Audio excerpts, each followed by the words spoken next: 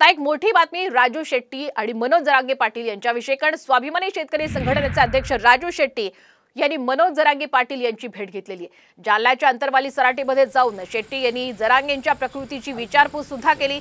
या भेटीमध्ये तिसऱ्या आघाडीबाबत चर्चा झाल्याची शक्यताही वर्तवली गेलेली आहे आणि याच भेटी संदर्भातली ही महत्त्वाची दृश्य। तर आपण पाहतोय की राजू शेट्टी आणि मनोज जरांगे पाटील अंतरवाली सराटीमध्ये या दोघांची ही भेट झालेली आहे आणि तिसऱ्या आघाडीबाबत या दोघांमध्येही चर्चा झाल्याची शक्यता वर्तवली जाते।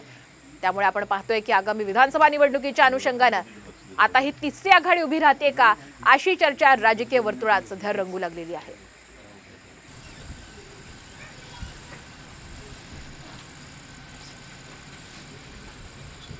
तब्येतीची चौकशी केली असं म्हणणं चुकीचं होईल। सामाजिक, आर्थिक, राजकीय विषयावर मराठी माणूस एकत्र आल्यानंतर गप्पा होतच असतात, त्या पद्धतीनं झाल्या।